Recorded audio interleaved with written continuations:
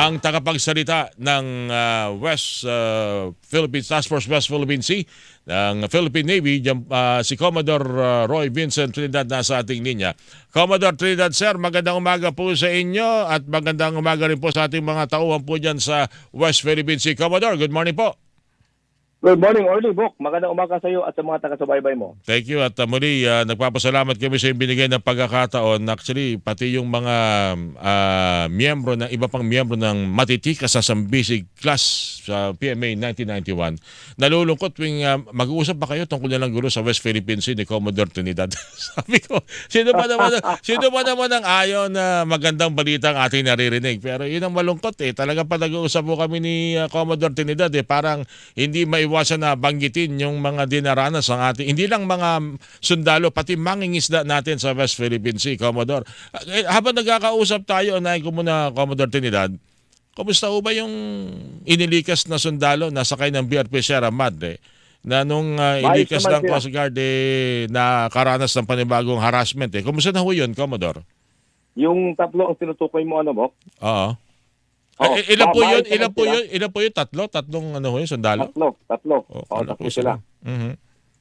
Okay naman sila. Nabigyan naman ng na-check up naman sila sa hospital ng Western Command. At okay naman sila. As of now, 1, 2, 3, tatlo. Nabigyan naman sila ng tamang gamot at pinagpahinga sila. Hindi naman serious ang kanilang kalagayan.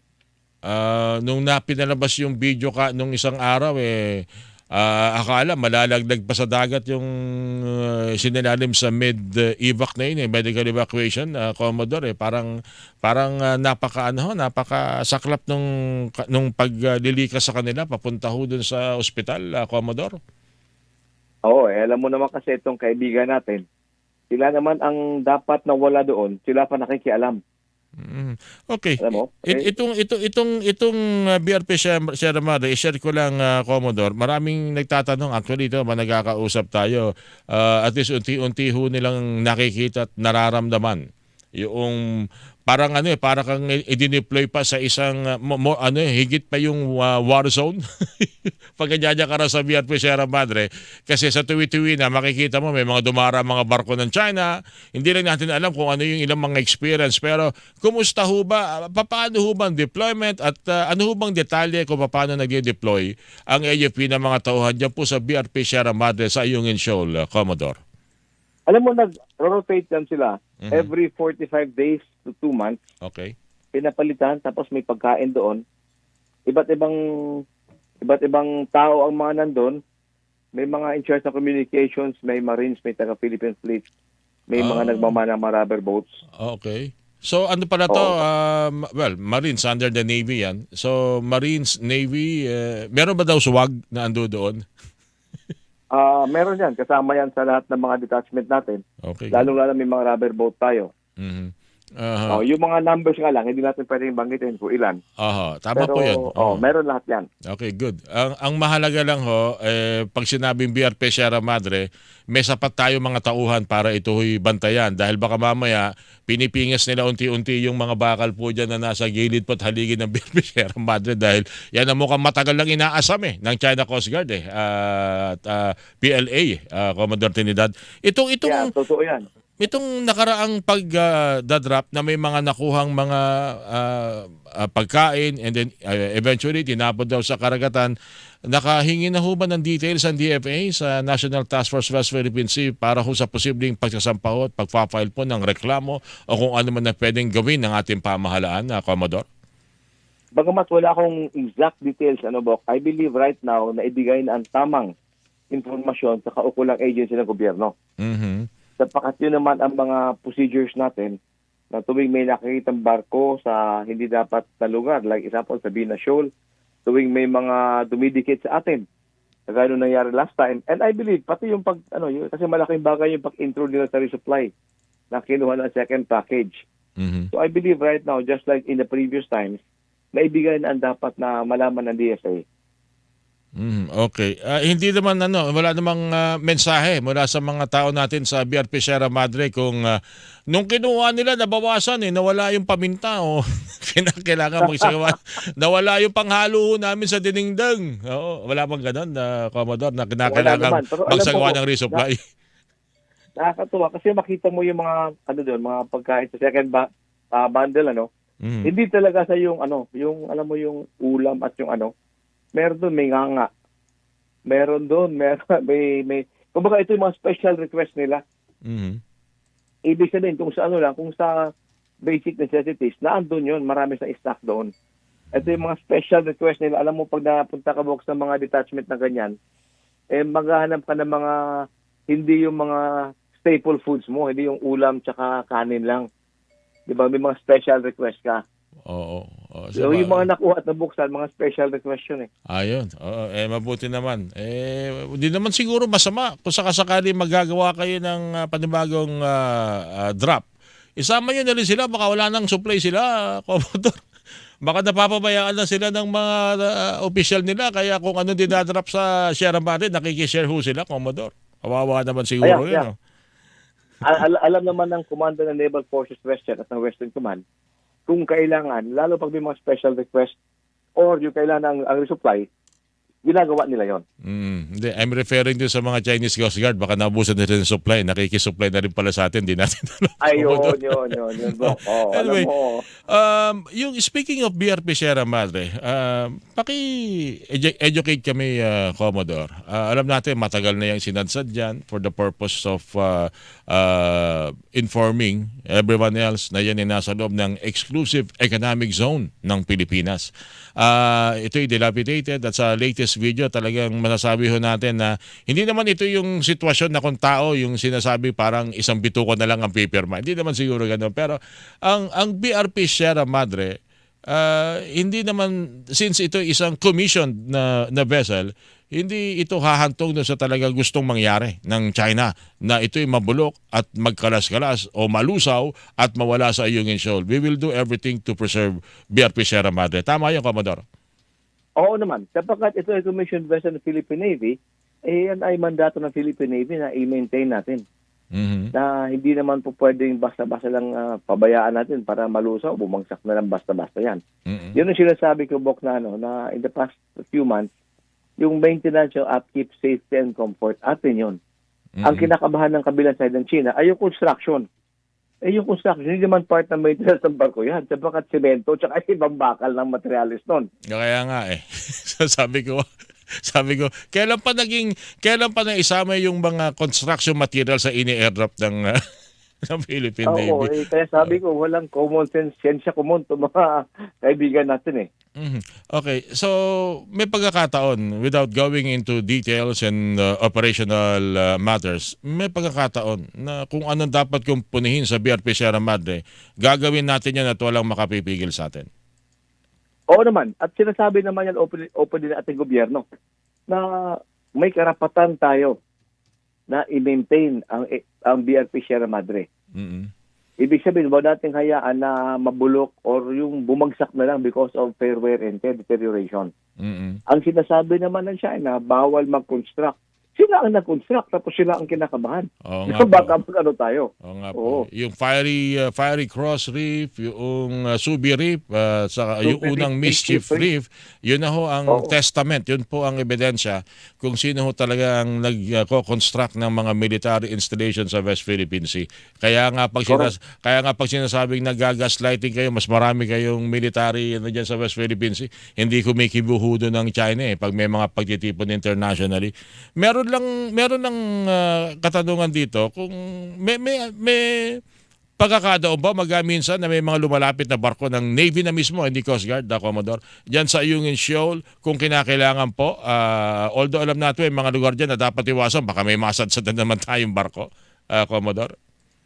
Yeah, yung ating part yan ng ating regular patrol plan. So maliban sa RORE na ginagawa ng ating mga ng Coast Guard at ng Navy, regularly pinapatrolhan yan ng ating Philippine Navy, ng mga barko natin. Pati ang Coast Guard, may mga regular patrol sila. Mhm. Ang Na nangyayari, hindi nagkakandak ng Rory, na walang Rory na ginagawa. Patrol lang. Meron yan. yan kasi ang observation ng ilan sa mga nakapapansin, yung mga mga aware sa mga maritime dispute na parang from Taiwan naging flashpoint yung BRP Sierra Madre recently, Commodore, no? Oh, actually mo kasi ang totoo naman diyan, ang gusto talaga ng China is Taiwan. Mm-mm. And to be able to control Taiwan, if they want to take over Taiwan, they need to secure South China Sea. Mm-mm. Kaya nagpapalakas sila at nag-build up ng structures, ng features, nag-reclaim para may, ang tawag dyan sa Navy, sea control. Ibig sabihin, hawak mo, walang pwedeng pumunta dyan na hindi mo alam at kontrolado mo. Okay. May reaction ba ang, lalo na in particular ang Philippine Navy, dito sa mga survey na ipinalalabas tulad ng OCTA, nung nakaraang linggo nagsasabi na parang 7 out of 10 o 8 out of 10 sa ating mga kababayan ang naniniwala na banta sa seguridad ang China dyan sa West Philippine Sea. Para sa mga Pilipino, ito may bago na naman. Parang 9 out of 10 na yata nagsasabi na hindi dapat pagkatiwalaan ng China. Of course, bad news ito sa mga bakery boys na nakikinig sa atin, yung mga Pinoy na pro-China. Pero sa panig ng Philippine Navy, ano ang reaksyon niya pag nakaririnig kayo ng ganito, Commodore Trinidad? Alam mo, Bok, nakakatuwa yan. Sapagkat finally, naintindihan ng ating mga kababayan that China poses, ang tawag natin dyan, existential threat. Mm-mm. Our very existence as a republic, as a nation, is at stake. Sapagkat tinatagpi-tagpi niya yung ating teritoryo. So nakakatuwa yan. Bagamat yung ating mga, sabi mo, mga pro-China, no? It is their freedom of speech to be able to express, an expression, to be able to say and to express yung gusto nila. Pero it will reach a point that when national interests are at stake, dapat din na pinag-iisipan to, no-brainer ito, na yung ating national interest ang manguna sa lahat. And I'm very happy, the Navy is very happy that our fellow Filipinos understand the issue right now. Naintindihan na nila. Kasama na rin dito syempre yung awareness na kahit siguro sila wala dyan sa West Philippine Sea, alam nila yung kanilang tungkulin bilang Pilipino para maprotektahan tayo sa mga ganitong uri ho ng panggigipit, pambubuli, na mistulang invasion ang nangyayari, Commodore. Alam mo, Bok, bagamat ang awareness is on West Philippines, doon ang umpisa, no, sa LT-57, Ayungin Shoal, yung awareness na yung ginagawa ng China sa atin, ang mas mahalaga na maintindihan at maging aware, maging conscious yung ating mga kababayan ay yung mga nangyayari all over the country. Na bagamat hindi ko sinasabing threat na ito to our nation, but this is, kumbaga, it's too good to be coincidental.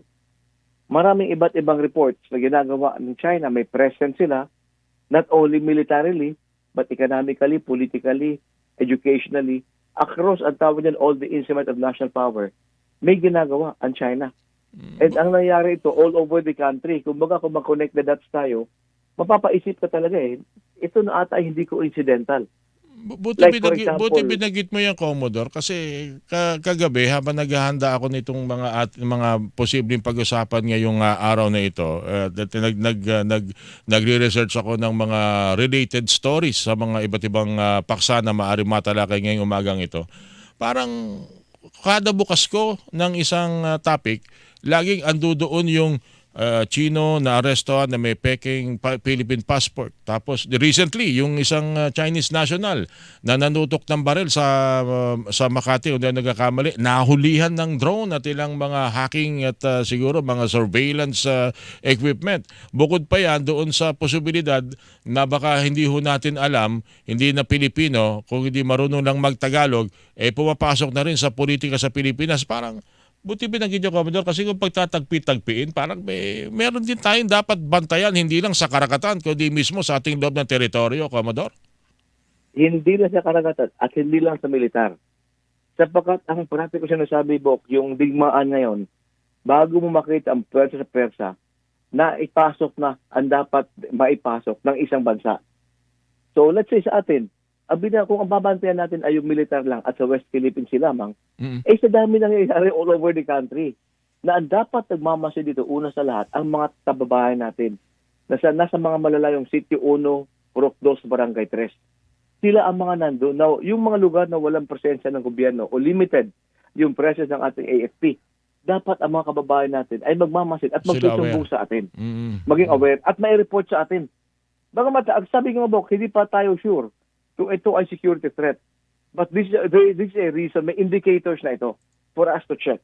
For example, yung Pogo, hindi pa naman siya security threat. Pero may mga common crimes na nangyayari dyan sa mga Pogo. Bakit may mga high-powered firearms sila nahuli sa Valle Verde Tama. Division? Tama. Mm. May violation sila sa ating customs law. Sa LTO, bakit may mga high-end na mga sports car? Na akala mo, mga negosyanteng legal. Sabagay, kung So, these are indicators. pagtatagpi-tagpiin itong mga events na ito para mapapaisip ka talaga, Commodore, kung ito isang normal occurrence lang o ito'y panahon na para siguro dapat natin buksan ang ating mga mata at magsabi tayo ng hindi ho yata tama ito kung meron ho tayo nakikitang hindi maganda sa ating gobyerno, Commodore. Totoo yan. At ang dapat mangibabaw dyan, yung sinasabi ko parate mo, yung psyche ng Pilipino. Yung kumbaga yung pag-iisip, the way of life of being a Filipino. Yun dapat ang makapagbigay sa atin ng informasyon na ito iba na ito. Ngayon, pag wala kang halaga sa pagiging Pilipino, tatanggapin mo yung binibigyan ng dayuhan. Alam naman natin na sa Pogo, malalaki ang mga bigayan dyan. Alam mo naman na yung paano ka makakuha ng mga fake government IDs. Yung, Diba? So they will have to bribe their way, they will have to shell out, which is again part of the economic warfare waged on us. Actually, And kung mas nangibabaw sa'yo ang pagmamahal sa pera kaysa pagiging Pilipino, madadala ka talaga. alright. Kung yan yung nangyayari sa ating politika, buti na obserba mo rin yung Commodore kasi pagtingin ko sa mga balita parang meron dapat tayong tingnan dito. Kaya rin siguro malakas ang loob ng China dahil mukhang lahat ng mga maaaring balita nakakarating sa kanila, kayang-kaya natin yan kasi pwede naman natin silang bilhin. Para nadadala lahat ng pera, no? Ang problema para sa China. Alam mo ang tawag yan. Ang isa sa mga approach ng komunista. Komunista to at saka ito ay mula sa insurgency. Hindi pa ito yung sa external defense. Sa insurgency, one of the approaches is to penetrate government and destroy it from within. Ang ginagawa naman sa atin ng China is to penetrate Philippine society, penetrate our political system, our economic system, penetrate us across all instruments of national power, all dimensions, and destroy us from within. So dapat maging magmasid talaga tayong lahat. Okay. Meron lang ditong pahabol tanong. Panghuli na lang ito, Commodore. Sa militar, meron ba tayong dapat bantayan? Itong ganitong sinasabing mga estilo, lalo-talo na yung pagkakataon na meron tayong gustong dalhin sa BRP Sierra Madre, natitiktikan nila. Meron bang dapat tayong bantayan ng AFP, Commodore? Alam mo, marami tayong ang kagandahan nitong sinasabi ng ating presidente at ng ating SND na mag-shift sa external defense at magkaroon ng comprehensive archipelago defense. Ang kagandahan nito ay yung ating systems and processes of the way we do things ay napilitan natin iangat. Sapagkat ang kalaban natin dito, hindi na yung kapwa Pilipino na naligaw na landas. Ang kalaban natin is another world superpower, a rising world superpower. Na magagaling sila. So dapat, mas magaling tayo. Communications, dapat may communication security tayo. Pwede lang pakinggan yung ating yung ating mga information systems. Dapat may kaukulang security yan, protocols, pwede tayo ma-hack. So marami tayong dapat bantayan which in the long term will strengthen the armed forces para mas magampanan pa natin ang trabaho natin of defense and security. Ayun. At unti-unti naman siguro titining yan. Lalo-talo na yung mga intriga, kung may mga impormasyon na nakukuha sa atin o may mga opisyal ng AFP o PNP man na maaring nakukuha para magbigay ng impormasyon, malalaman at matutukoy din naman agad yan eventually, Commodore Trinidad, sir. Yes, totoo yan, Doc. Tama yan. Sapagkat ang tawag natin to fine-tuning ng ating AFP. Okay. Commodore, ako muli napapasalamat sa inyo. Nagre-react lang itong ating mga kababayan sa Facebook Live, pati din sa DCWB Text Connect. Siguro iwan ho natin yan dyan. Dahil ang pinupunto na naman ni Commodore, lagi na dapat tayong bukas ang ating mata at tenga sa mga development na ito. Dahil ito parang magugulat na lang tayo. Akala natin problema sa dagat. Yung pala, dito na rin pala sila sa lupa.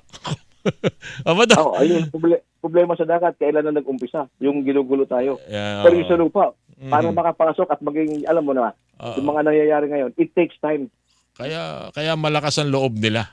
Anyway, Commodore Roy, again, Bok, maraming salamat at kinukumusta ka ng nakikinig sa ating napaka-lovely couple, si Colonel Bong at si Yvette Nebria. Commodore. You're always welcome, Bok. You're always welcome. At sa mga taga-subaybay ni Orly Trinidad, magandang umaga sa lahat. Keep tuning in. And of course, kay Bong Nebria, kay Yvette, at sa lahat ng members ng Class 91. More power sa ating lahat, mga mista. And God bless us all. Thank you, sir. Thank you po. Commodore Roy Vincent Trinidad, mga kapuso spokesperson ng West Philippine Sea ng Philippine Navy. Yung po napakinggan. Kinikilingan, walang pinoprotektahan.